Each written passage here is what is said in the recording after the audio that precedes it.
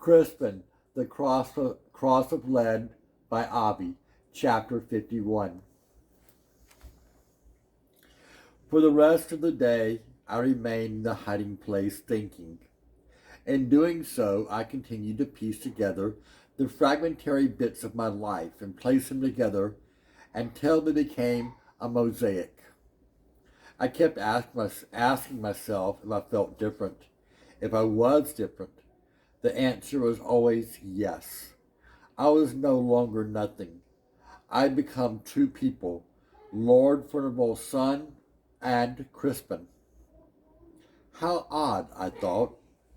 It had taken my mother's death, Father Quinnell's murder, and the desire of others to kill me for me to claim a life of my own.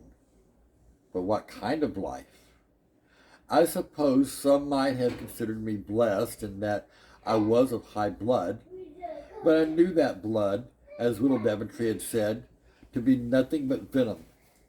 That Lord Furnival was my father had been but a cruel burden. Bear, in the short time I had known him, was a thousandfold more a faithful father to me. For the first time, I began to think upon John Ball's words. They made sense, for what I recalled most was saying that no man or woman either shall be enslaved to any other, but stand free and equal to one another. I recalled, too, what Bear had told me, that he was a fool because he should like to be in heaven before he died.